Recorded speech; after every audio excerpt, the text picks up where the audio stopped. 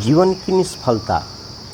आचार्य चाणक्य कहते हैं कि जीवन की चर्चा करते हुए कहते हैं कि जिस मनुष्य को धर्म, धन, काम, भोग, मोक्ष में से एक भी वस्तु नहीं मिल पाती, उसका जन्म केवल मरने के लिए ही होता है।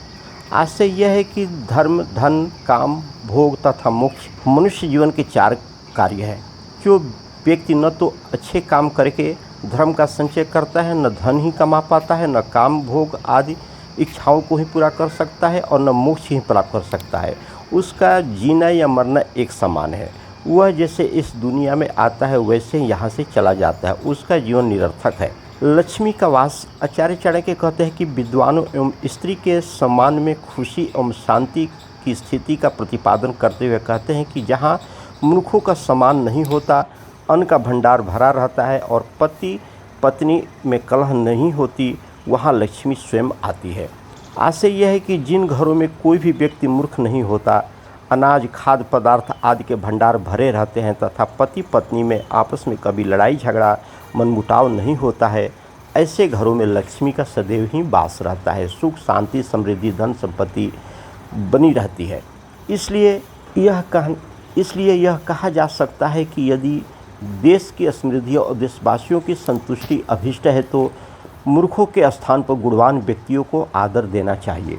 बुरे दिन के लिए अन्न का भंडार रखना चाहिए तथा घर गृहस्थ के वाद विवाद का वातावरण नहीं बनने देना चाहिए।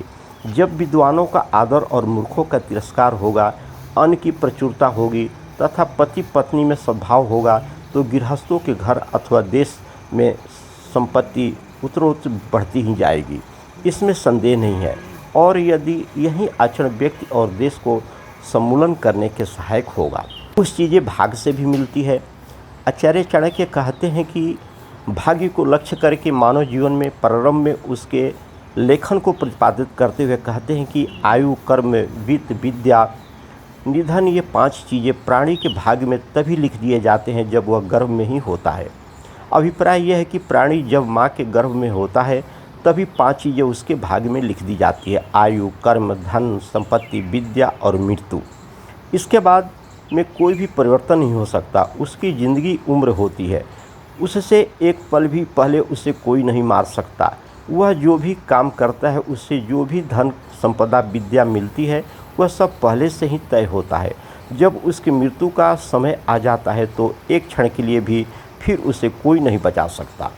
संतों की सेवा से भी फल मिलता है। आचार्य चाणक्य कहते हैं कि संतों की सेवा को महत्व देते हुए कहते हैं कि संसार के अधिकतर पुत्र, मित्र और भाई बंधु महात्माओं, विद्वानों आदि की संगति से दूर रहते हैं। जो लोग सत्संगत करते हैं वे अपने कुल को पवित्र कर देते हैं।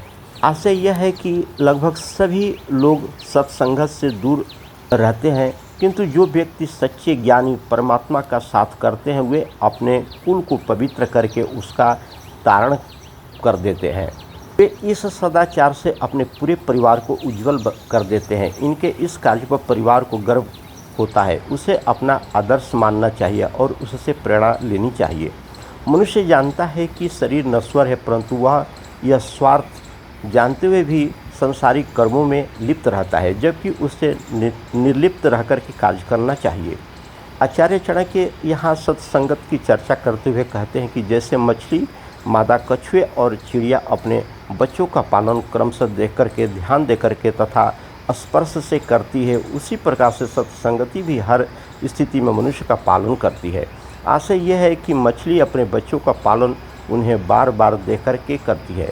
मादा कछुआ ध्यान लगा करके बच्चे को देखती है और मादा पंछी बच्चे को पंखों से ढक करके उनका पालन करते हैं। सज्जनों का साथ भी मनुष्य की इसी तरह से देखभाल करते रहता है, इसलिए सज्जनों के साथ में रहना चाहिए। सत्संगत मनुष्य को हमेशा करना चाहिए जिससे कुल का उद्धार हो सके। धन्यवाद।